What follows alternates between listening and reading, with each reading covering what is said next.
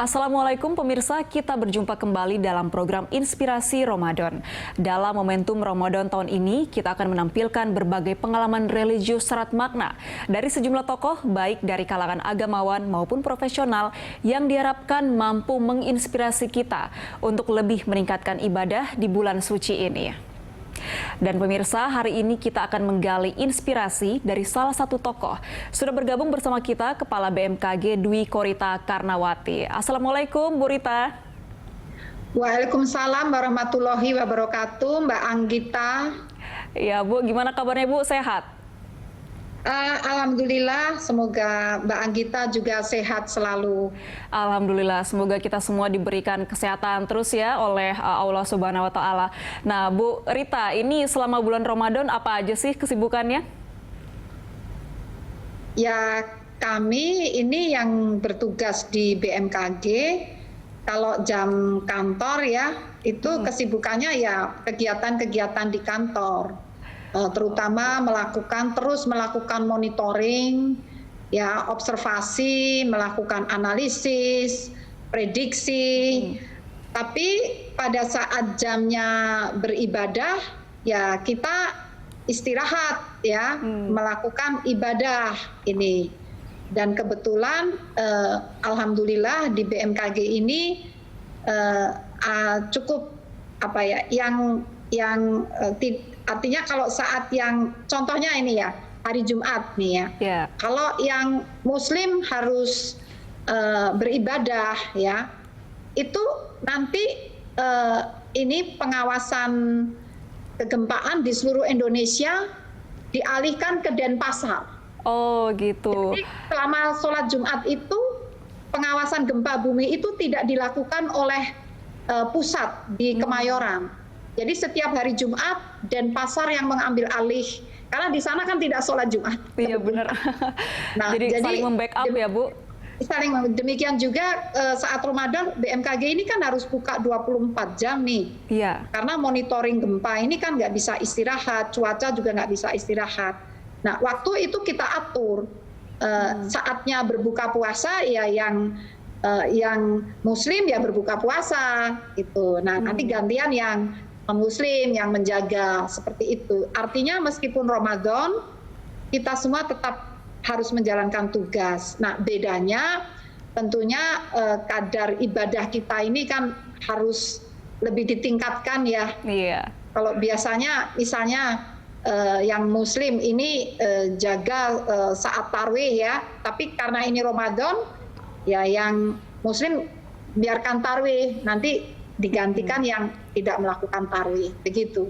Baik, berarti artinya kesibukan dalam hal pemantauan oleh teman-teman di BMKG ini tidak sama sekali tidak mengganggu menjalankan ibadah di bulan puasa ya Bu? Alhamdulillah tidak, bisa diatur seperti itu. Oke. Nah Bu, ini beberapa waktu lalu, belum lama ini menjelang bulan Ramadan, banyak bencana yang menimpa daerah kita. Nah ini kalau dari pengamatan BMKG sendiri, apakah kita sudah melewati bencana-bencana tersebut seperti yang waktu lalu itu ada bencana akibat siklon Seroja, kemudian juga baru-baru ini siklon Surigae. Kalau dari pengamatan BMKG bagaimana selama bulan Ramadan ini?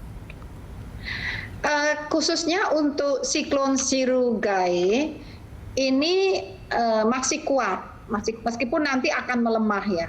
Tetapi alhamdulillah posisinya itu sudah jauh dari Indonesia, lebih mendekat ke Filipina, sehingga dampak tidak langsung yang kita alami dampak tidak langsung berupa kecepatan angin, gelombang tinggi, angin kencang ya. Jadi selama Ramadan ini mungkin dalam waktu 1 minggu ini masih ada pengaruh yang tidak langsung, namun nampaknya nanti akan semakin melemah seperti itu. Baik, ternyata banyak ya Bu daerah-daerah yang berpotensi akan merasakan dampak dari perubahan siklus atau dari siklon Surigae itu. Nah Bu Rita dan juga pemirsa, tetaplah bersama kami, Inspirasi Ramadan akan segera kembali. Ya pemirsa, kita lanjutkan bincang-bincang kita bersama dengan Kepala BMKG Dwi Korita Karnawati. Bu Rita, ini dalam penentuan 1 Ramadan ini BMKG juga ikut dilibatkan. Ini sebenarnya apa saja sih peran atau apa yang dilakukan oleh BMKG dalam penentuan tanggal-tanggal Hijriah?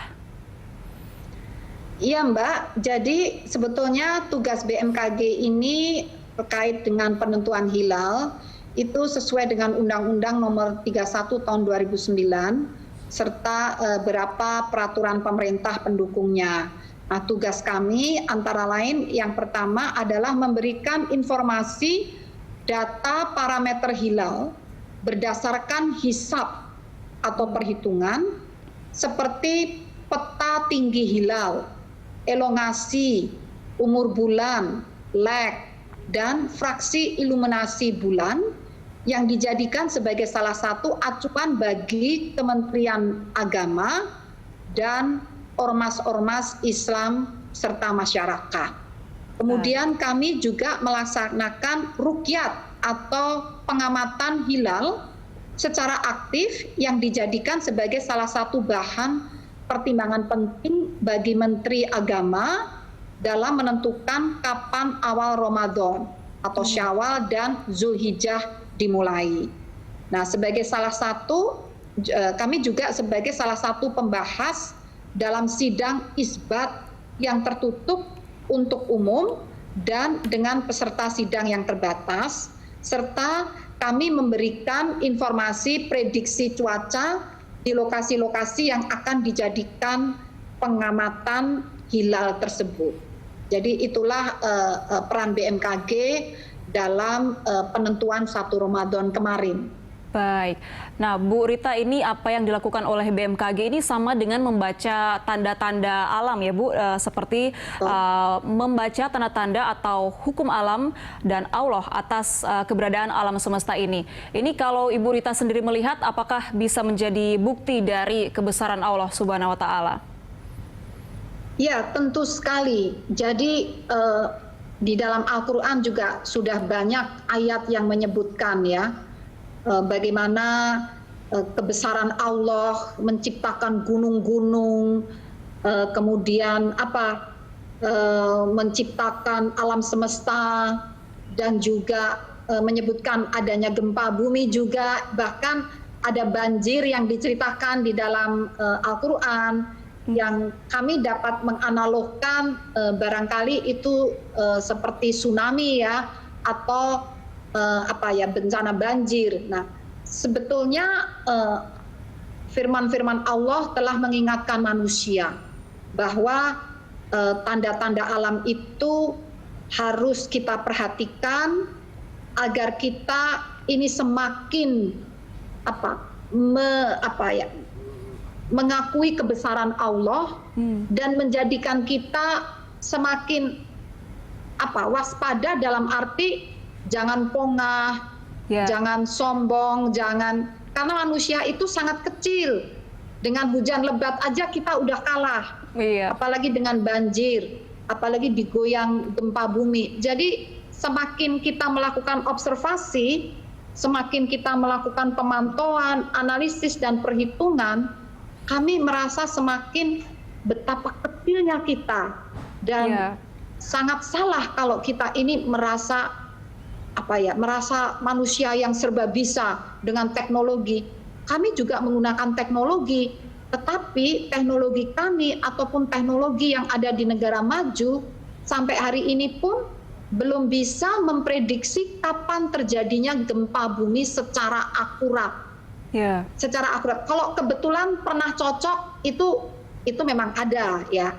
Tetapi ilmu itu kan tidak ada kebetulannya, harus akurat. Nah, tetapi ternyata teknologi dan ilmu itu belum bisa, meskipun dengan negara-negara maju. Sehingga sebetulnya semakin banyak kita mencermati, mengobservasi alam, harusnya semakin kita tunduk, merunduk, mengakui bahwa kita ini bukan siapa-siapa. Baik. Dan harus selalu berdoa agar Allah itu melindungi kita, agar kita bisa selamat, baik di dunia ataupun di akhirat nanti. Baik, Bu. Artinya dengan membaca tanda-tanda alam ini bisa juga menjadi pengingat bagi diri kita agar tidak lalai dan pongah ya, Bu. Nah, Bu, ini dengan adanya kemampuan atau pengetahuan tentang membaca tanda-tanda alam, ini apakah seharusnya bisa mencegah lebih banyak korban atau menjadi upaya mitigasi bagi manusia? Betul. Jadi Allah itu kan juga selain memberikan tanda, memberikan ujian, tapi juga memberikan akal pikiran. Kita tidak pasrah saja. Ya ini memang takdir Allah akan terjadi gempa, misalnya gitu. Kapan gempa terjadi tidak tahu. Lah nanti kalau gempa lalu kita semua jadi korban gimana? Oh itu takdir Allah. Itu mungkin. Tetapi menurut hemat kami, kita ini diberi akal pikiran sehingga dengan tanda-tanda itu bisa dirumuskan, bisa dihitung, meskipun tidak bisa memprediksi, tetapi kita bisa mengetahui zona-zona mana yang tidak tahu tuh kapannya, prediksi tanggal berapa, jam berapa gempa akan terjadi, itu tidak bisa. Tetapi zona mana saja yang akan mengalami gempa bumi, yang akan mengalami erupsi gunung api, yang akan mengalami banjir, zonanya itu sudah diketahui. Sehingga itu yang harus kita jaga, jangan sampai ulah kita itu memperparah kondisi yang sudah rawan tadi. Dan itulah makna mitigasi, menjinakkan zona-zona yang berbahaya itu jangan kita makin rusak, nanti akan makin ganas. Ya. Jadi misalnya sudah zona rawan longsor, tetapi kita obrak-abrik ya, kita pangkas lerengnya, kita kepras, kita babat semua pohon-pohonnya. Nah itu kan merusak, tidak memitigasi, dan itu mengingkari tanda-tanda alam yang sudah menunjukkan, ilmunya menunjukkan ini zona yang rawan. Nah gempa bumi juga begitu, kita sudah tahu sini atau tsunami. Di suatu tempat ini rawan gempa dan tsunami. Mari kita siapkan, seandainya sewaktu-waktu terjadi gempa atau tsunami, apa yang harus kita lakukan? Siapkan jalur evakuasi yang jelas dan aman, yang bisa dengan cepat menuju ke tempat yang lebih aman.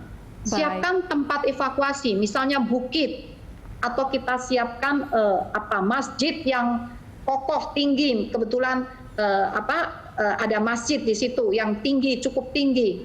Nah, itu maksudnya dengan tanda-tanda kita tahu zona yang bahaya, lalu kita bisa menyiapkan kalau sewaktu-waktu terjadi, apa yang harus kita lakukan. Baik. Dan ada peringatan dininya juga, goyangan gempa itu bisa menjadi peringatan dini di pantai, sewaktu-waktu dapat terjadi tsunami. Baik, kita tidak boleh berpasrah diri ya Bu.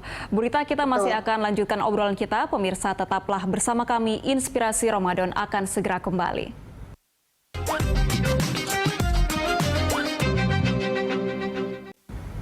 Ya pemirsa, kita lanjutkan obrolan kita bersama dengan Kepala BMKG Dwi Korita Karnawati. Nah Bu Rita, tadi kita sudah membahas terkait dengan manusia ini tidak boleh berpasrah diri dengan membaca tanda-tanda alam agar bisa pengetahuan untuk membaca tanda alam itu bisa digunakan untuk upaya mitigasi bencana. Nah kalau mitigasi bencana di Indonesia ini sendiri bagaimana Bu? Apakah sudah mumpuni? Masih harus terus ditingkatkan. Kita terutama ini kami mengalami sendiri ya. Jadi misalnya untuk itu tadi kita sudah tahu tanda-tanda. Harusnya kita bisa mengatur zona-zona mana yang bahaya, zona-zona mana yang aman. Artinya kita harus berdasarkan tanda-tanda itu mengatur ruangan atau menegakkan tata ruang yang aman bagi kehidupan. Tetapi praktek yang ada, tata ruang itu di zona yang bahaya pun juga masih ada saja kegiatan-kegiatan yang semakin memperparah bahayanya tersebut. Misalnya zona yang rawan longsor, banjir bandang, itu ternyata pemukiman di dalam sungai juga masih banyak kita lihat itu. Kita lihat aja dari Google Map ya, itu kelihatan Banyak desa-desa perkampungan itu ada di dalam sungai. Padahal itu haknya air untuk lewat. Tidak ada hujan lebat di situ, bisa saja hujan lebat di hulu dan kurang memperhatikan tanda-tanda alam. Kemudian juga sikap kita ini mohon maaf masih cukup banyak yang juga kurang menjaga alam. Iya, betul. Buktinya lahan selalu semakin terbuka. Padahal kita tahu, kita semuanya sudah ngerti dari pelajaran TK. Itu saya dulu belajar dari guru TK saya. Kalau ini banyak pohon ditebang, bisa banjir dan sebagainya. Semuanya hafal, ujiannya dapat 10. Tapi prakteknya yang sulit. Iya. Itu.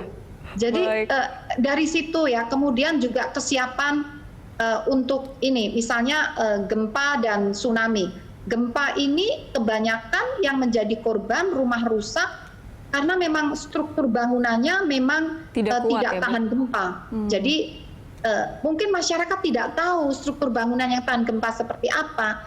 Nah ini perlu adanya edukasi, penjelasan-penjelasan, misalnya dari pemerintah daerah atau dari PUPR atau dari yang membidangi, menangani tentang struktur bangunan ini bisa memberikan penjelasan.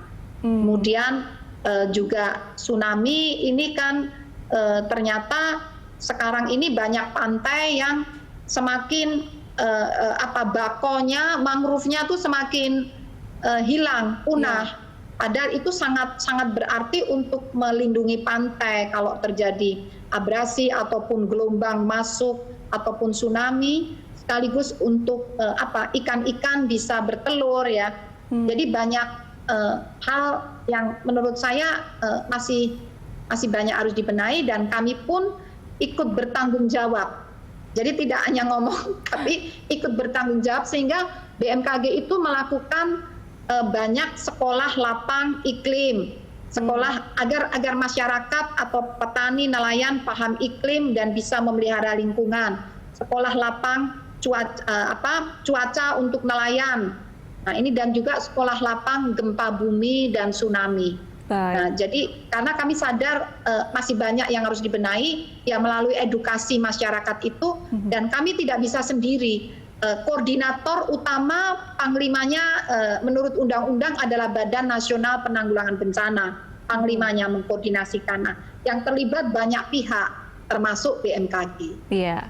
Nah, Ibu Rita, seperti yang Ibu Rita jelaskan tadi, dalam upaya mitigasi ini kita masih harus diperbaiki dan juga seperti pengamatan dari BMKG sendiri, banyak masyarakat yang membangun pemukiman di dekat daerah sungai yang sudah jelas rawan bencana. Ini artinya kesadaran masyarakat terhadap potensi bencana itu masih kurang ya, Bu?